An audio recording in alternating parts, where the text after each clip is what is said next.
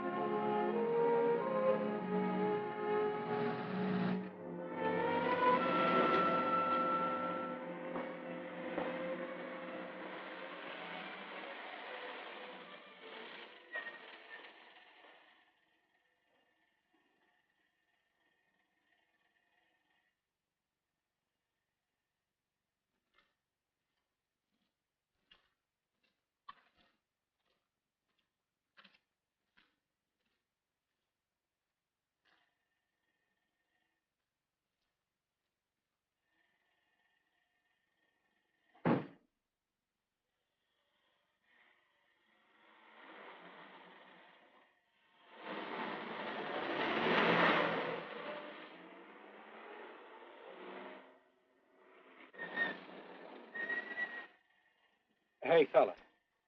Come here. What were you doing back at that radio shop? Just looking. I was on my way home. Live around here? Yeah, a couple blocks down. Let me see some identification. Sure. Yeah, I guess I forgot my wallet. Look, lad, I've got to see some identification. How about my Army discharge? I got it right here.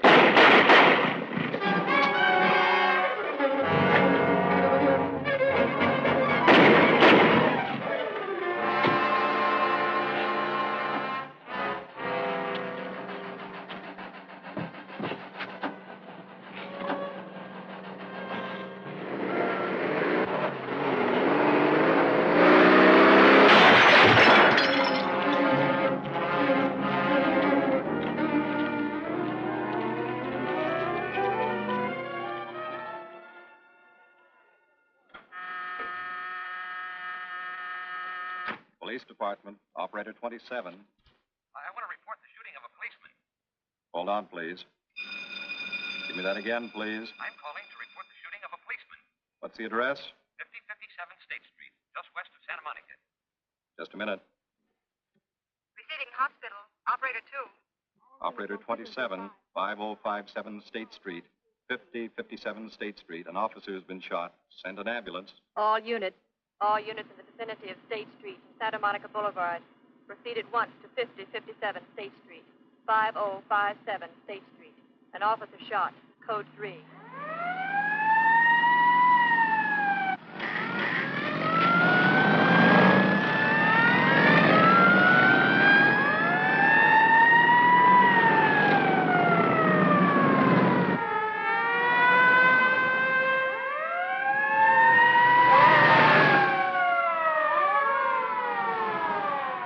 To Control 1. Control 1 to 80K. Go ahead. This is Breen. Instruct homicide to throw out a dragnet and pick up all suspicious characters in the area of the shooting. Also notify Sergeants Marty Brennan and Chuck Jones to report to me at the scene of the crime. Control 1 to 80K. Roger.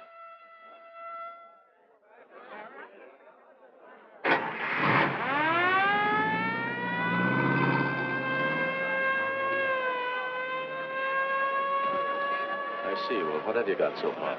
Well, not much, Captain Breen. A couple of cartridge casings. Oh, Marty, Chuck. Hi, Captain. Eyewitnesses? Who was first on the scene, reported it? I was. I live here. I'm a light sleeper, but my hearing is good. And my Did cat... the officer say anything before he collapsed? Yeah, he gave a description of the fella. On the shooting of the officer. Suspect is a white male American. Age 26 or 7. 5 feet 10 or 11. 155 to 165 pounds. Brown hair. Regular features. Pencil mustache. Repeat broadcast. All units. Is that about it? Yes, sir, exactly. And the officer kept saying, he looked like such a nice kid. He looked like such a nice kid. As if he couldn't believe what had happened to him. I see. Is that all? Yeah. Thank you very much. Yeah, well, anything else I can do, I'd be glad to help you. We may call you. Get his name and address, will you, Bob? This door been checked, Lee? Yeah, it's okay, Captain. Find anything? Nothing but some smudges so far. Found this in the glove compartment. I think it's nitroglycerin. Doesn't look quite right. Well, check it down at the lab. Right.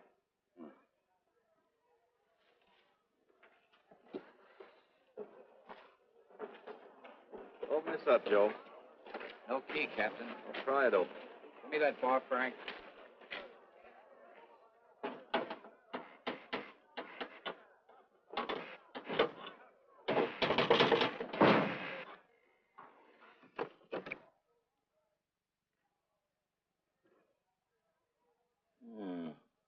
Regular arsenal.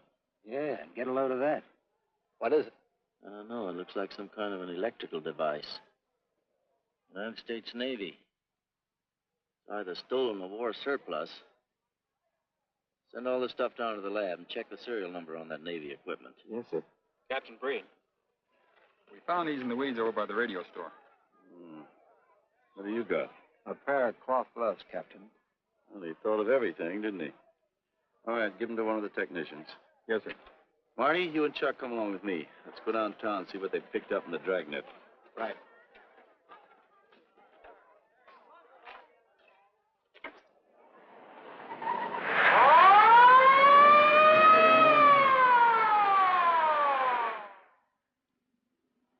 You know him, Marty?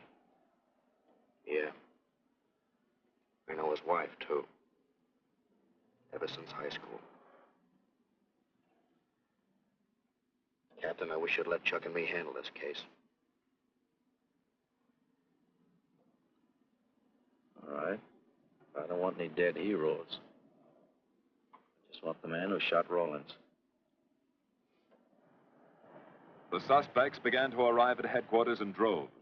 The police tossed every motel and hotel and many private homes in a 4-square-mile area around the scene of the shooting. Every available radio car and patrolman and detective was out on the dragnet. The strings were being drawn tighter and tighter. Many a man returning from a date or a late party or a poker game surprisingly found himself in a squad car, its siren screaming as it brought him to the detective bureau. The dragnet gathered in some strange fish, and many ordinary ones. All the rest of that night, the detectives probed, needled, questioned, quizzed. Everything was checked. Fingerprints, names, addresses, stories. Every fish in the net was examined. Most of them thrown back into the sea, not worth keeping. Except a few parole violators and slightly shady characters whose stories needed a lot of verifying. I wasn't prowling no cars. Just taking a walk, you know, getting in condition. You were running when the radio car picked you up. Yeah? Maybe that's why the guys call me Punchy. He's got a point there. 2 felony convictions, no warrant, no warrant. He's on parole. Book him, violation of parole. Let's have the next one, Joe. What were you doing in that vacant lot? The vacant lot. Lot? What were you doing in it at that time of night? 你唔好問我咁多咯，我喺處好耐噶啦，我上喺處30幾年，未有綠衣拉過我。我姓陳嘅，我陳家我做老豆嘅生意嘅。You say your name is Ralph Henderson. So what? Well, you know, it's a funny thing, Ralph. There's a guy around this town that's been wearing your fingerprints. Only his name is Pete Hannon. Okay. So I'm dead. So what's one more confession in my life? Now you're talking. Okay, Andy. Oh, Harry. What have we got here? Oh, some robbery suspects. Candidates for San Quentin. Handsome here is the big shot. He runs the outfit. Have a gander at his record. Car theft, escape from reform school, robbery, assault with a deadly weapon. Not bad. Look at the heater we found on him. German Luger, fully loaded. Redhead here tried to carve up one of the arresting officers with this pretty toy. Nice boys. By dawn, many minor wrongdoings had been uncovered, and a few incipient felonies. The checking of the suspects had been thorough, painstaking, and tedious. But all the work was for nothing. The man who had shot Officer Rollins was not among them. He remained no more than a description, a shadow of a man, mysterious, elusive, deadly, hidden away somewhere in the vast city. As for Rollins himself, he couldn't help. He was in a coma at receiving hospital. Mrs. Rollins waited out the long, tense hours while her husband fought to live. Many another officer's wife had so waited. Many another will. The word came shortly after sunup.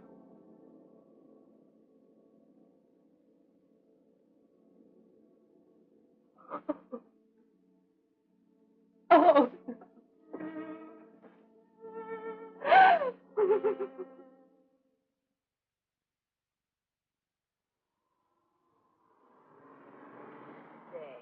A white male American, 26 or 7, 5 feet 10 or 11, 155 to 165 pounds, brown hair, regular features, pencil mustache. This was no frightened fugitive. What went on in his mind?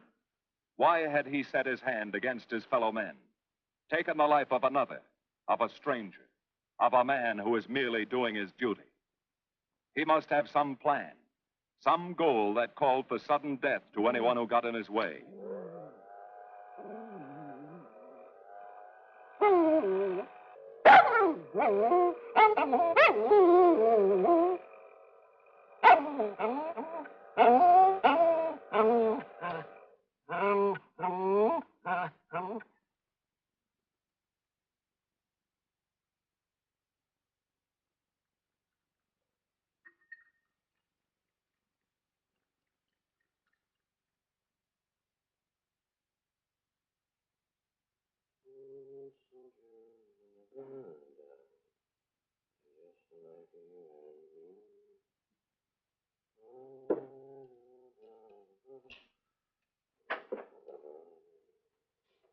Morning, boys. Morning, Lee. Hi, Professor. Well, I thought this was safe-cracker soup. You gonna drink it, I hope? I'm really a nice guy. Stick around. I'll prove it. Come over here.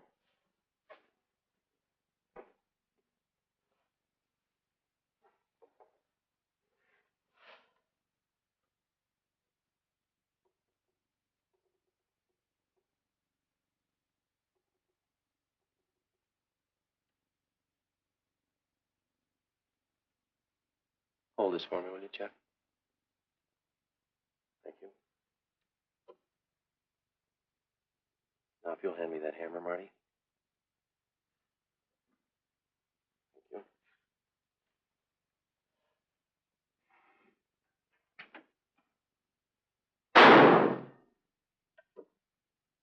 Yeah. Nitroglycerin. I didn't ask for a collection of fingers, just fingerprints. All those nice fingerprints on the car belong to the man it was stolen from, Cap. Nothing on the guns or picklocks? Not even an interesting smudge. The gloves.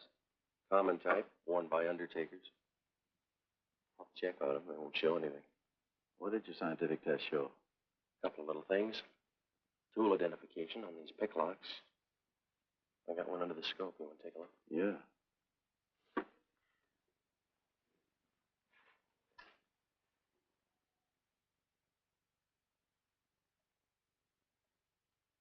Take a look. I see. Well, it seems to tie the tool up with the lock. Now, if that microscope could only tell us who did it. I'm working on that. No, only an amateur would carry that liquid dynamite in a car. This boy's no amateur. Took the precaution of desensitizing it so it'll take normal shock. Took a lot of other precautions, too. No fingerprints, no identification, nothing definite. Except he's scientific. Knows electricity. Is inventive. Yeah. Happy on the trigger. This is Captain Breen. Get me Captain Stevens a burglary, will you? I hate to disappoint you, Lee, but I think you've come up with something. Hello, Steve. How are you? Did your daughter's marriage come off all right? Good. Look, Steve, on those burglaries of electrical equipment lately, were there any where picklocks were used to gain entry? Good. Well, let me know if there's another report of one, will you? I've got an idea the Rawlins killer may be tied in with those. Fine. And give my regards to the newlyweds, too. So long, Steve. Well, what are you waiting for? You've got a job, haven't you? Get going. Yeah, let's go, Junior. Hold this for me, will you, Lee? Thanks. And so, with no fingerprints and only a vague description to go by, Sergeant Brennan turned to the modus operandi file. A criminal, like any human being, has his own habit patterns, unconscious traits that can lead to his downfall.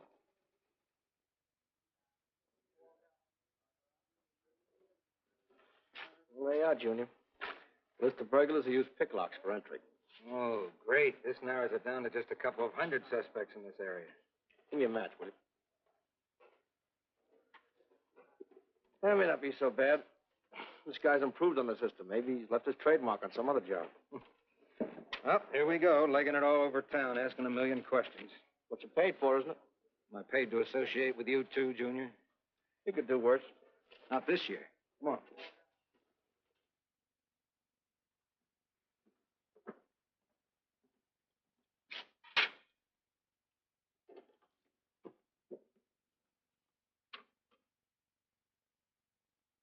Car 12, car 12, in the 10,000 block on Mississippi. A 394-15 disturbance.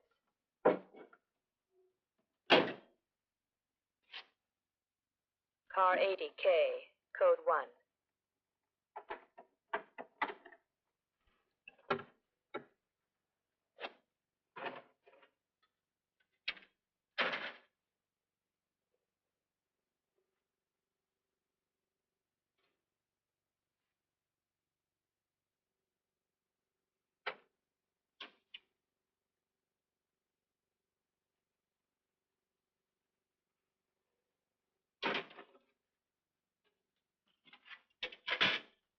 All units. On the broadcast of the suspect arrested in the shooting of Patrolman Rawlins. Cancel the cancellation. Suspect released from custody.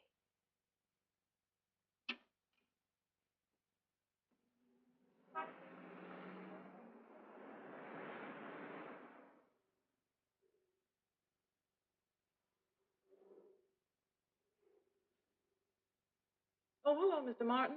You find Mr. Reeves in the machine shop.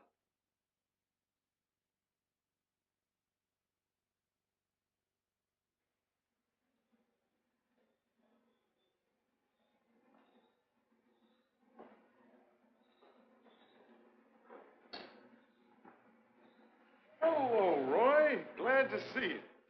How are you, Mr. Reeves? Hi. I was hoping you'd drop in. I wanted to thank you for showing us how to handle that repair job. Helps a lot.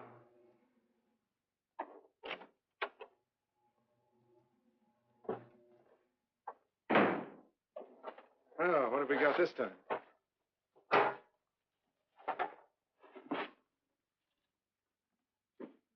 Silvergraph.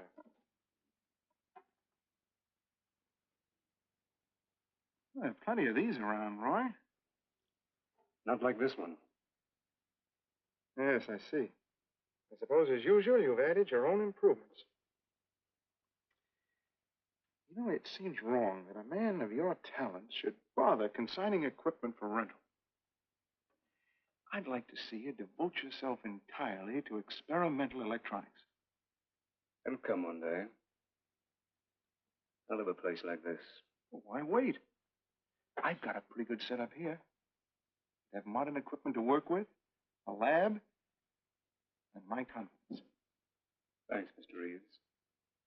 I have other plans. But, Roy, you can't tell where it'll lead. Might even work your way around to a percentage of the business. I like it this way. You just rent out my equipment. All right, Roy. All right. But if you should change your mind. I'm not likely to change my mind. I suppose you want me to set this up for rental, too. Mr. Reeves, you've already got 5 pieces of my equipment. You'd like to know what results I've had from the rental so far, Well, I can't say as I blame you. I think you'll find this satisfactory. Satisfactory. Goodbye, Mr. Reeves. You'll come back again soon, won't you? Sure. Oh, incidentally, how's that television projector coming along? The one you said would reflect a 12-foot image. Still working on it. I just wanted you to know I've already set up a rental on it. In fact, I think they'd like to buy. It'll come pretty high. Oh, money's no consideration with this customer.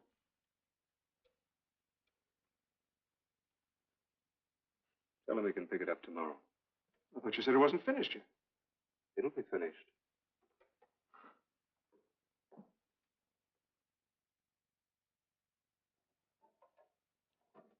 It uses an image fixer and then projects by ordinary incandescence. Roy, this is the best television projector I've ever seen. Let's hope that your customer thinks so. He will. Yes? Send him right in, Charlotte. There, you see, our customer is here, begging for the privilege of buying. Better be running along. I'm not much good at business. Oh, but Roy, he'll want to congratulate you. Just see that the price is right. All right, Roy. I'll get you a good deal. So long. See you.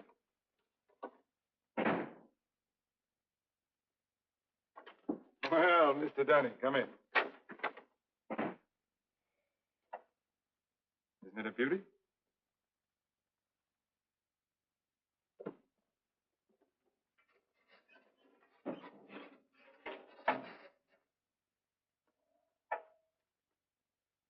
It's a beauty, all right. You like it? I certainly do like it. You see, it's mine. What do you mean? Let me have the police. I built it. Spent years on it. Oh, you must be crazy. Roy built this machine himself. Your friend's a crook, Paul. You've been taken in. Hello? Give me the burglary detail. Dear Jim, regarding your inquiry on the .38 caliber Smith & Wesson revolver sale... Oh, come in, boys. Burglary detail just sent this report through. It's A man named Dunning reports tracing a stolen television projector to the Reeves Electronics Lab. Think it's a tie with the Rawlins case? Well, take a look at this fellow Reeves and see what gives. I'll notify burglary. We're following up on it. Right. Come on, Junior. What else did he place with you for rental? Oh, a number of things. All war surplus that he bought on his veterans rating. Oh, is this more of his equipment? Yes. Yes, he left it here on consignment. I'm sure that Roy can explain everything. Well, maybe he can, Mr. Reeves, if you'll tell us where he lives. But I don't know. Mr. Martin's on the phone, sir. I'd better talk to him. I think so, Mr. Reeves. I'll take it in the superintendent's office.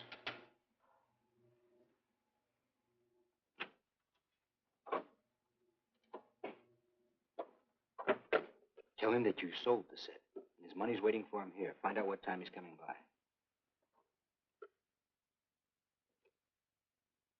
Put Mr. Martin on.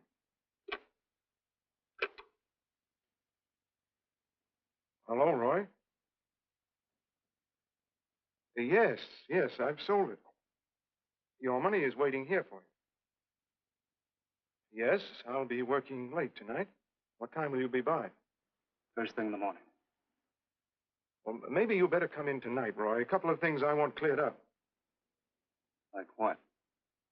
Oh, technical things. Besides, I don't like to leave the money in the plant overnight. How about 8:30? Fine. I'll see you then. I'll leave the front door unlocked.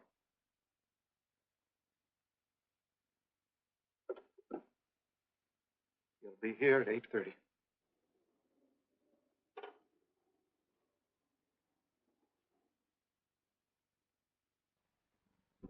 Well, I'll just run along home and get some dinner. We'd like you to stay too, Mr. Reeves. Why? For company. You want to cooperate, don't you, Mr. Reeves? Certainly. Good. Now, you just wait in your office. We'll be around. Very well. This way, gentlemen.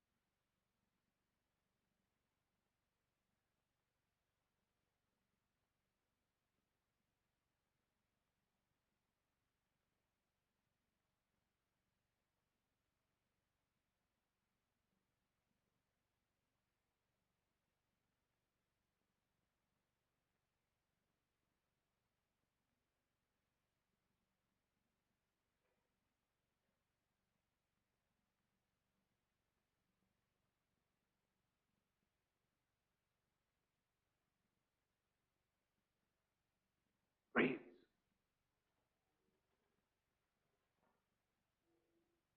That you, Roy?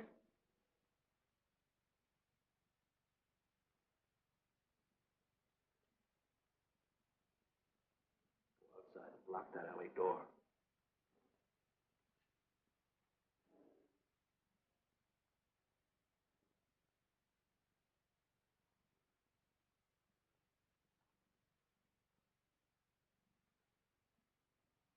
Where are you, Roy?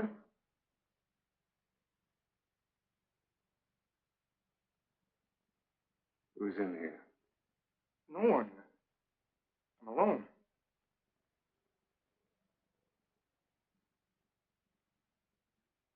Come on in. I've got your money for you. Bring it out here. All right. Just a minute.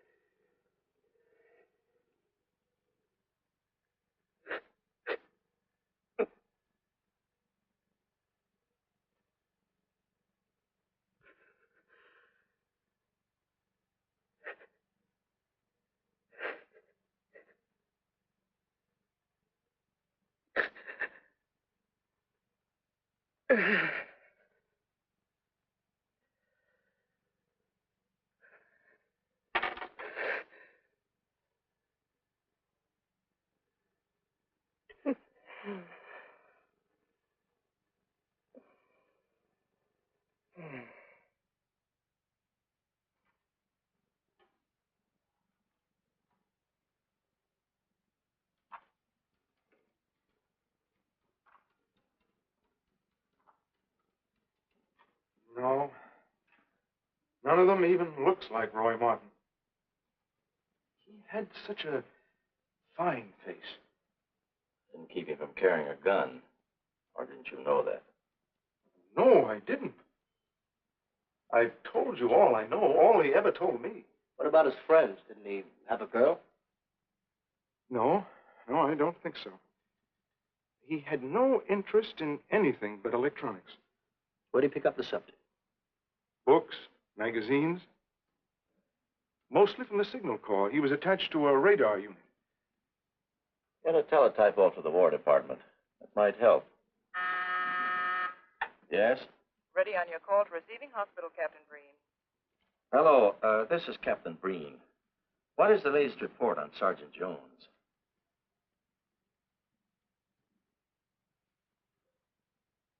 I see.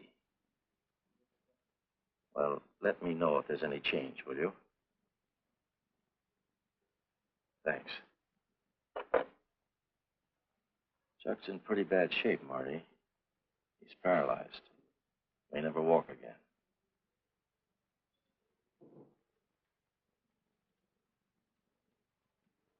Oh, I'm sorry. It's funny that Martin showed up at 7 when he told you he wouldn't be there till 8:30. I don't know why. Except he was always unpredictable. I'll tell you why. Because you warned him. That's why he came early. That's why he came in the back way. But you heard me tell him the front door would be open. And the key didn't let him in the back way? He must have had one made. Why don't you tell us the truth? Marty.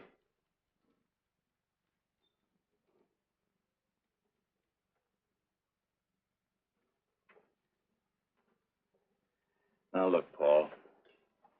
You can make it a lot easier for us to believe your story if you'll just give us some facts. Something that might help us.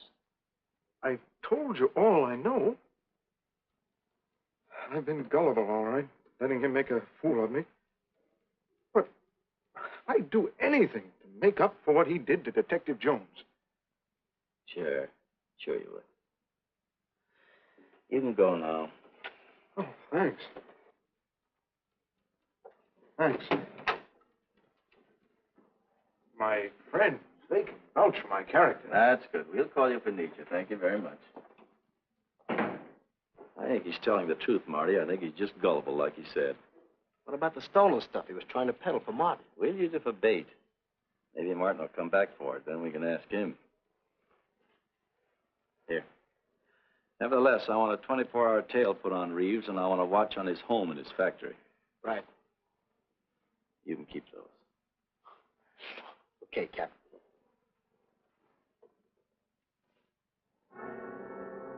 And now the killer changed his tactics, his modus operandi.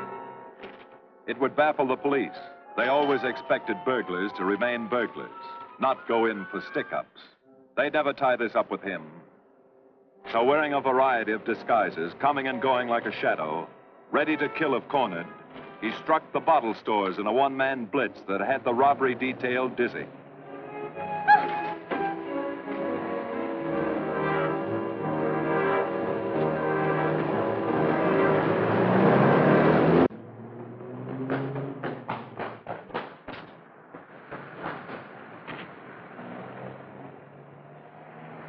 The killer, always resourceful, always thinking along lines that would baffle his hunters, had discovered an ideal avenue of escape. Under Los Angeles is a vast and intricate system of huge storm drains built to siphon off the flash floods of the rainy season. Many of the tunnels are large enough for 2 cars to drive abreast. Here were 700 miles of hidden highways, ideal for the use of someone who needed to hurry from place to place without being seen. Ideal as a hiding place for guns and supplies in case of emergency. Well, the reason I asked you to come over is I think I've hit on something. An identification? No, not quite, but a tie-up. No. These are the shells from the gun that killed Rawlins. These were fired in the liquor store holdup in which the bandit got away. And these were fired at Chuck. Now, as you know, every ejector, even in guns of the same model and caliber, is different. Each one leaves its own markings on the cartridge casing. Now, look at these fine striations. This deep gouge. The same on all three.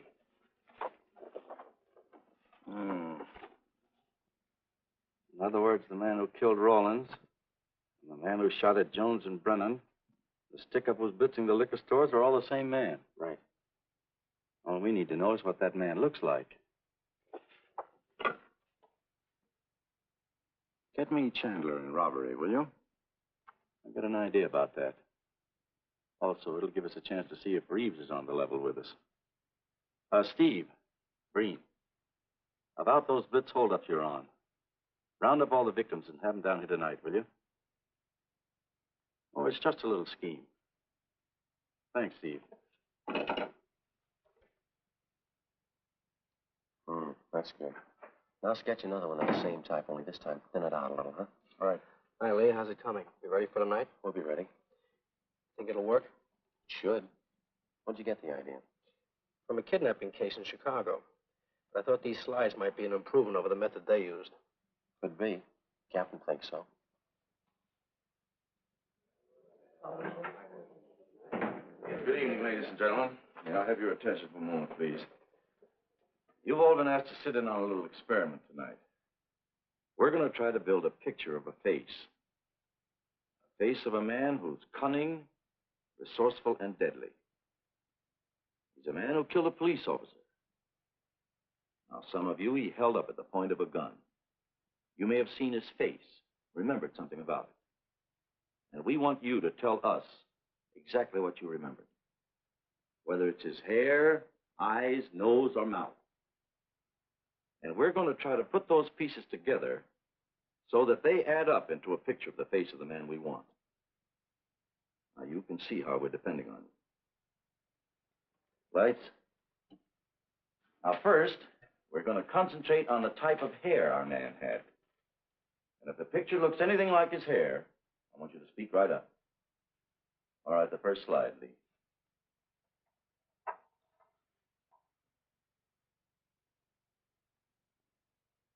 His hair had waves in it, well groomed.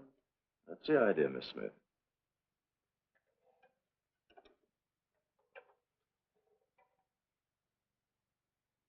Is that any closer?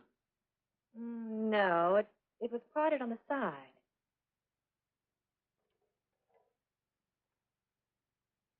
Oh, that's more like it, except it was thicker.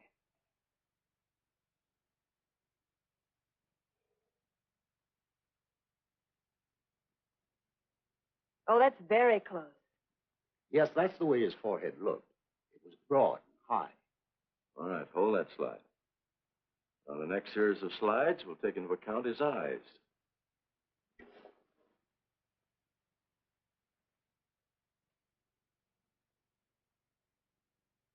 Oh, 1 minute, please. Wait, 1 minute. His eyes were a little like that. Maybe a little smaller, like beads. Go on, Lee.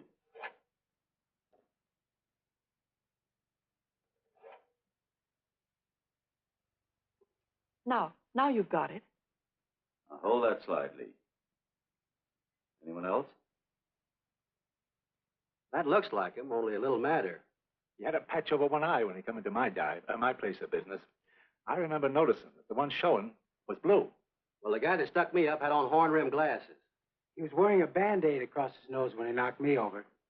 Uh-huh. All right, hold that, Lee. Well, so much for the eyes. Go ahead.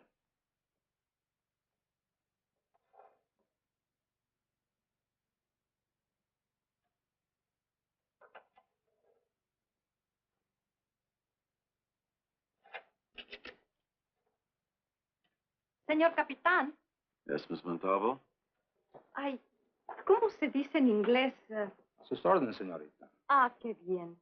En este bandido, la nariz fue chata, como aquella, pero un poco más chata y más ancha.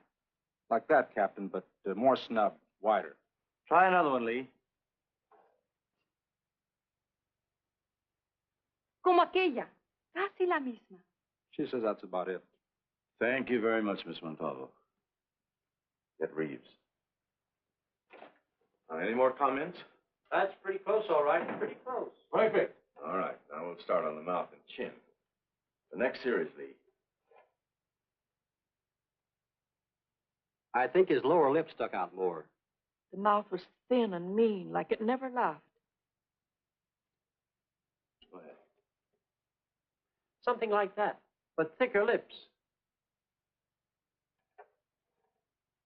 There. That's it. That's him. All right, now hold that right there, Lee. Oh, come in, Mr. Reeves. Good evening, Captain. You ever see that face before? Why, it's Roy. Except for the hair being a little lighter and the eyebrows heavier. It's Roy. You're sure? I'm positive I'd know him anywhere. Lee, I want a retouched photograph. Now lighten the hair and give more body to the eyebrows. Right. Lights. That's all. Thank you very much. You've been a great help. It's positively amazing how you found out what he looks like. Well, we're looking for an amazing criminal, Mrs. Johnson. Thank you and good night. Good night, Captain. And so the face of the unknown killer, built up from fragments of evidence, was sent out all over the country. To chiefs of police, to sheriffs, to county constables and county jailers, to the wardens of prisons, to all postmasters and postal inspectors, to the agents of the Treasury Department, to the FBI. They showed that picture to the inmates of jails and prisons, to men with a wide acquaintance among the cat burglars and the violence boys. Informers and con men and sharpshooters were quizzed, those on the fringe of crime and those deep in the rackets. Many wanted to help. Nobody could. No one in the underworld recognized that mysterious face. He was as unknown as if he had lived in the 16th century.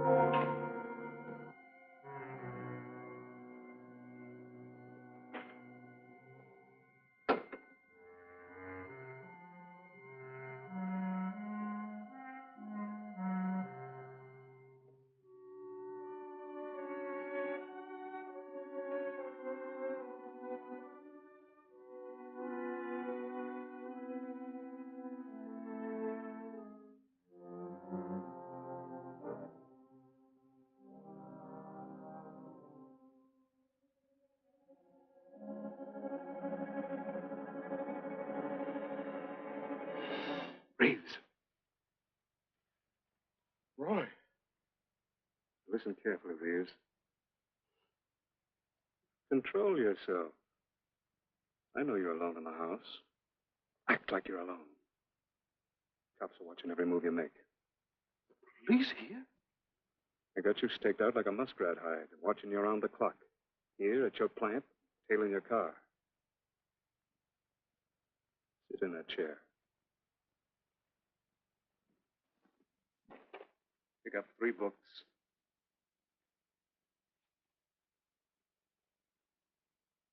Don't look up and don't answer me. All right. So glance at the books.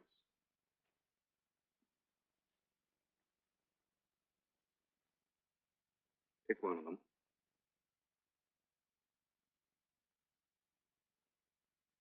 Okay. Now, that's the book you want to read before you go to bed. Now, get up and turn off the lamp.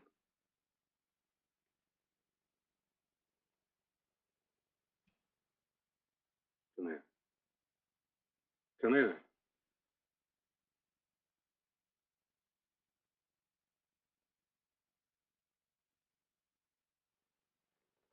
Go in the den.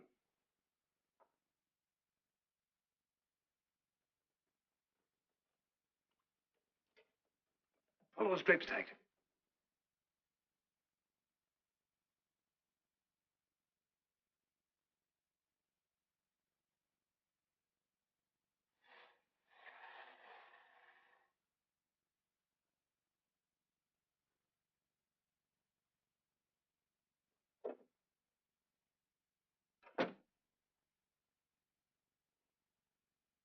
Get away from them.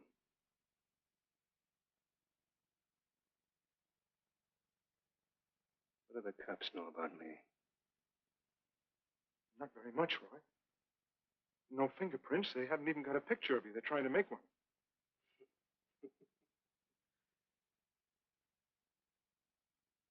How much cash you got in the house? None. I never keep any cash in the house. It isn't good business. Suppose you think it was good business letting me walk into that trap. No, Roy, no. Don't do anything you'll regret. Now, listen to me. It isn't too late. Give yourself up. Come to your senses before you kill someone else.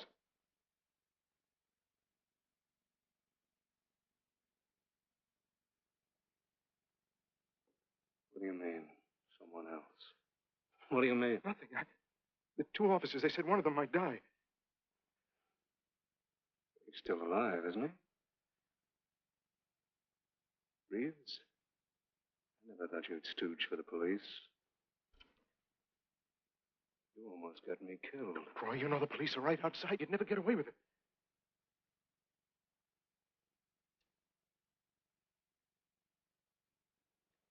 That's right.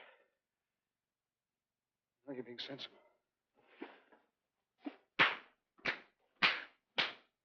I know there's money here. Where is it? Don't, Roy. I'll get it.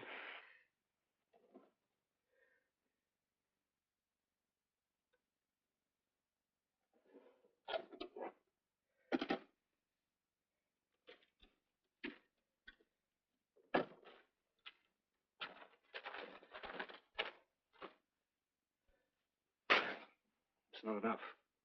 Stuff you got in mind is worth thousands. Get more. Get it.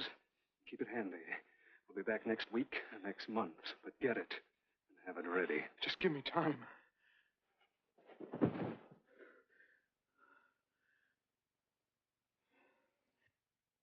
Oh! Look, I don't want policemen outside my house following me around. That's what made Roy suspicious. I'm leaving in the morning. I'm afraid I'll have to disappoint you, Paul. Unfortunately, you're our bait. I won't do it. I've done enough. Look, no one's done enough until we find this killer. I asked you to keep a sharp lookout on this house, Marty. I did. Two of the best undercover men in the department were assigned here. I didn't keep Martin from getting in. What's the matter? You tired?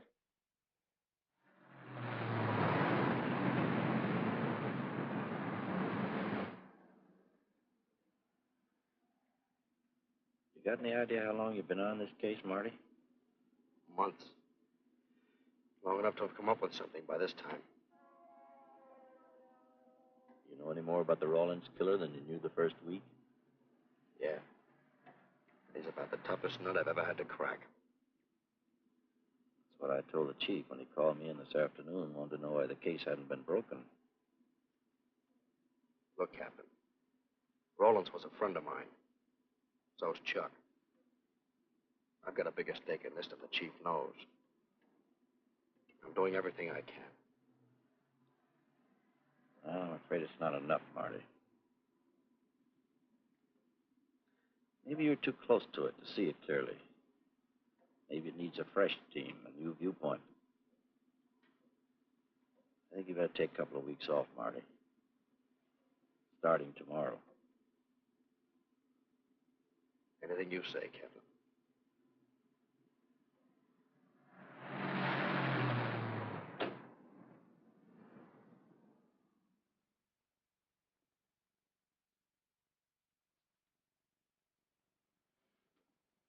Hiya, Marty. Hi, Chuck. Meet Miss Scanlon, my new bodyguard. He's the one I've been telling you about. Oh, you mean the one with the steel trap brain? How do you do? Hello. Say, this guy been behaving? After a fashion. See, she takes me out in my go-kart, puts me to bed, wakes me up, dresses me. You're perfectly capable of dressing yourself now, Mr. Jones. I'll be back in a few minutes. Well, how's it been going, Junior? Oh, pretty good, Chuck, pretty good. Is that why you're off the case? How'd you know? Breen was in to see me this morning. Oh. Suppose he also told you they put a new team on the case. He told me everything. Yeah. Let's see what his new boys dig up. Well, maybe they'll examine the facts of the case a little more carefully. What facts? That our man's sharp, that he's intelligent and works alone, that he has no record, never leaves a fingerprint and knows every move we make? Sure, plenty of facts, only they add up to nothing. Sure, forget it. You got yourself a 10-day vacation. Go on down to the beach, get a suntan. By the time you get back, the case will be broken. Isn't that what you want? You know better than that. All I know is what I hear. You sit there batting your gums about how the old man let you down. Maybe he's trying to wake you up. He's got a funny way of showing it. There you go, flying off the handle. Always taking things for granted. I wish I could get up and boot some sense into you. He knew what this case meant to me. He still does. That's why he's trying to get you mad enough to do something about it. You don't really figure that's his idea, do you? I know it is. Ah, it's a tough case, Chuck. Not an angle, nothing to go on. You'd know what I meant if you were out working with me. I have been working with you. That's all I've had to do lately, just sit around studying what little facts we have, trying to figure out who he might be. You know the kind of a guy we're up against, then. I tell you, Chuck, this guy's a genius the way he operates. As if he were right there with us every time we go out after a lead. Oh, sure. Breen's been tipping him off just to make you look bad. Yeah, almost like that. Well, he beats us to the punch every time. There's your angle. You just hit it on the head, but you don't see it. Look, start adding. 1, he's unknown to the underworld. 2, he beats you to the punch, right? And 3, it's almost as if he were with you. Isn't that what you said?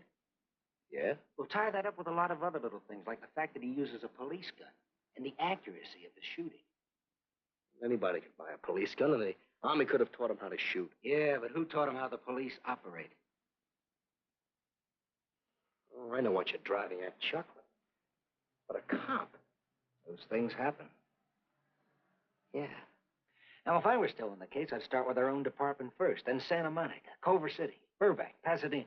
See you later, Junior. Hey! Don't let him out of your sight, beautiful. It's the first time in years he's used his head. But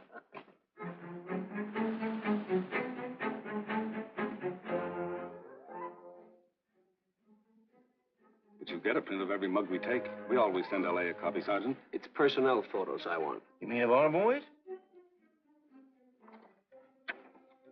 That's Rollins' killer, isn't it? That's right. You've checked your own department. We did that first.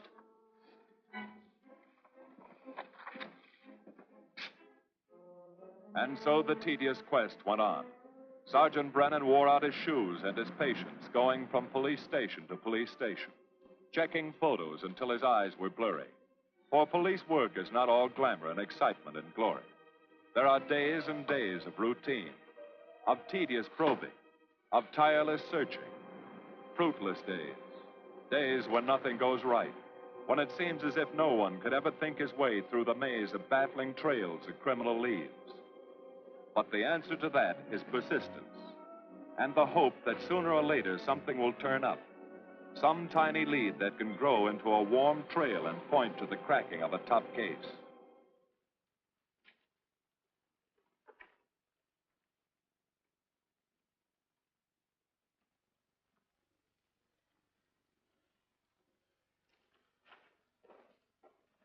Well, that does it, boys. Can't say I'm sorry you didn't find him in here. I'd hate to think it was a cop. Doesn't seem to be anybody. Just a lot of pieces of a face that never existed. Would you mind if I see that again? Sure, frame it. Put it on your dresser. Wait a minute. He wasn't a cop. He was a radio technician right here in our dispatch office. What did you say? I'm saying he worked here in 42. Well, come on, give. I remember the kid well. He was sort of strange, never bothered with anyone in the department, just kept to himself. He was in line for promotion when he was drafted. Where was he living at the time? I don't remember. Try the dead files. He never asked for his job back after the war. I remember writing to him about it, though. He was an excellent worker. Oh, yeah, here we are. Yeah, this is it. Took a while before he answered, but like he says in the letter, he wasn't interested.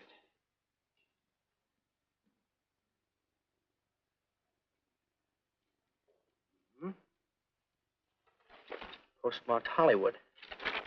No return address. What do you want us to do? All the work? Oh, thanks a lot, Freddie. Remember, he was a civilian employee.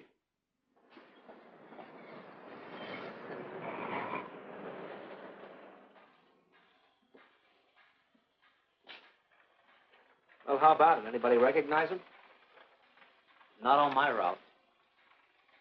I never saw him before. Yeah, okay, fellas. Thanks very much. I thought for a minute. No. He had that face. I wonder. Yeah?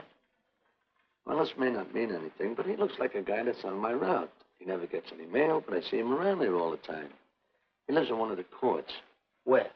Come on, I'll show you. It's not that easy. What time does your route take you past those courts? About 9 o'clock. Why? Just thinking.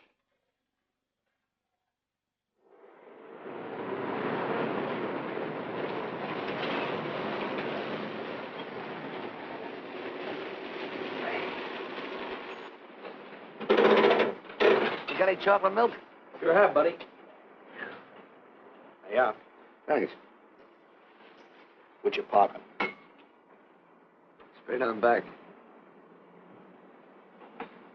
Second in the yell. Number 7. Right. Kind of warm today, huh? Oh, it's not too bad for this time of the year.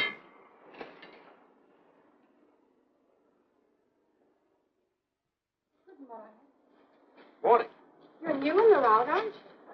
We had a substitute. What happened to the other fellow? Sick. Oh, what's the matter with him? I don't know. I catch everything. Hear about it on the radio, and next morning I got it. Too bad. You aren't very social. The regular fellow always stops and talks to you. Sorry, Eddie, I'm a little late this morning. I was hoping maybe you could help me. There's something very funny going on in this court. Yeah? I was scared to go to the police with it. I thought maybe I might be poisoned. What? Yeah. By the manager. She's a witch. She's a what? A witch. She puts poison in my milk. Oh, I see. Look, you switch the bottles when she isn't looking, see? Drink her milk. Then you'll be safe, right?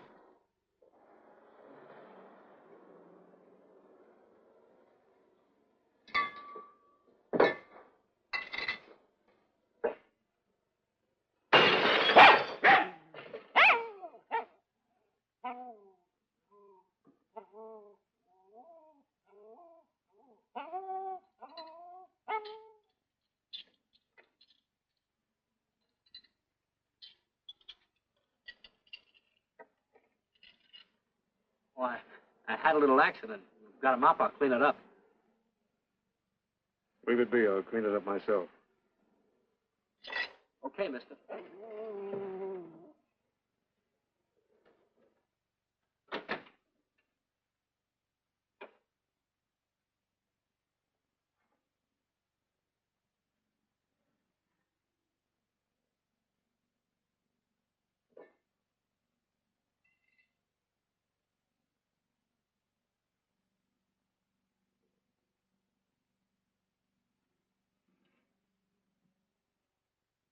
The place is called Bellevue Court. I drew this from memory, but it's pretty close. That's where he's hiding out, right there. You sure he's our man, Marty? Captain, I couldn't go wrong on that face. He's our man.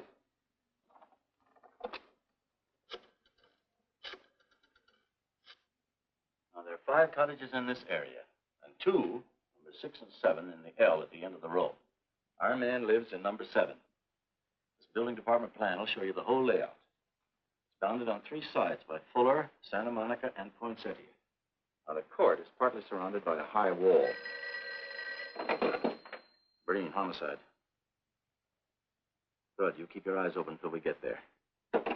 Morgan has just gone into his bungalow alone. Any questions? All right, you all have your instructions. Let's go.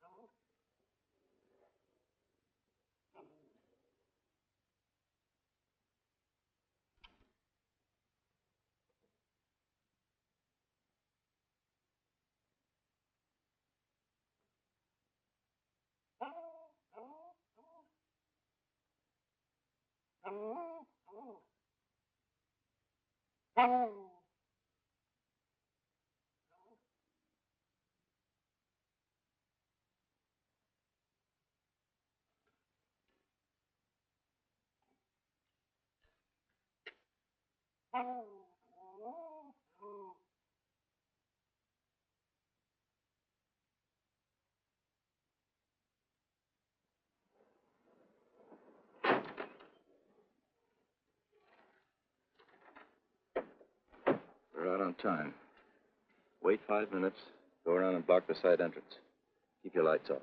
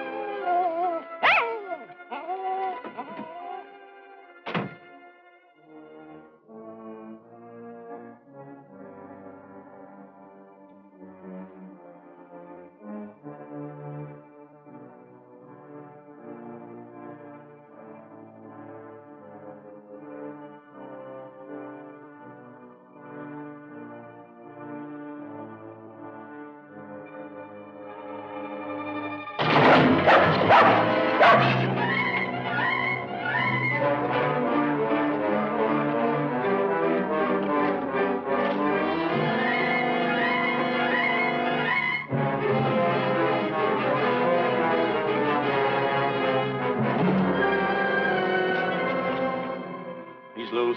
I want a radio car in a hurry.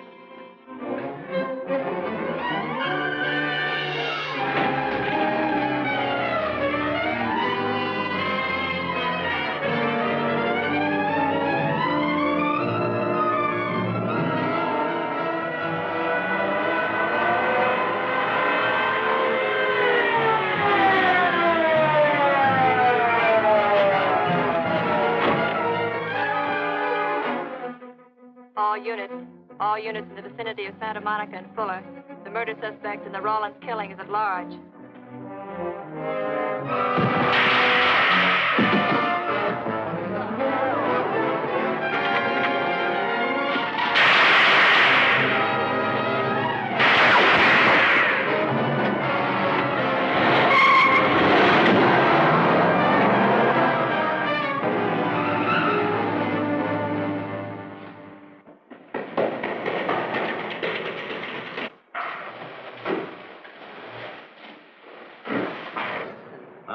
Covering the storm drain system in this area. Get it? Meet me at Venice and Garfield. Jones, Miller, you stay here in case he comes up for air. I want a man at every other drain entrance along this line. He's got to come up somewhere. Come on, Marty. You're driving.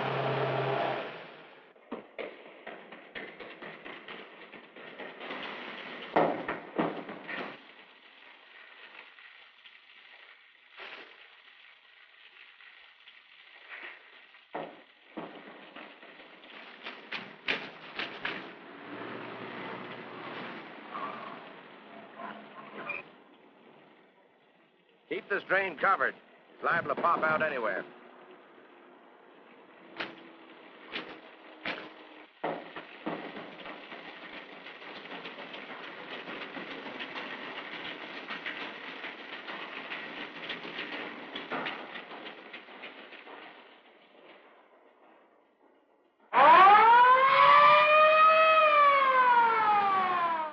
Why Venice and Garfield, Captain? It's the main intersection of the system. We can head him off that way. ADK to Control 1. Clear frequency 7. This is an emergency. Control 1 to all cars on frequency 7. Stand by. Control 1 to ADK. Go ahead. Notify homicide. Send the following to Venice and Garfield. 4 squads, battle lanterns, gas mask, tear gas. Urgent. This is a code 3. Control 1 to ADK. Roger.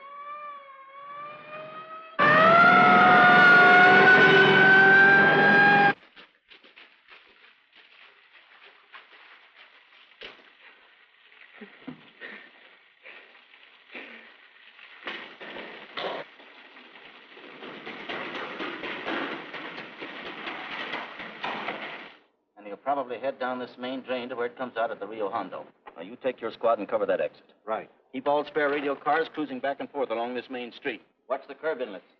We'll go in here.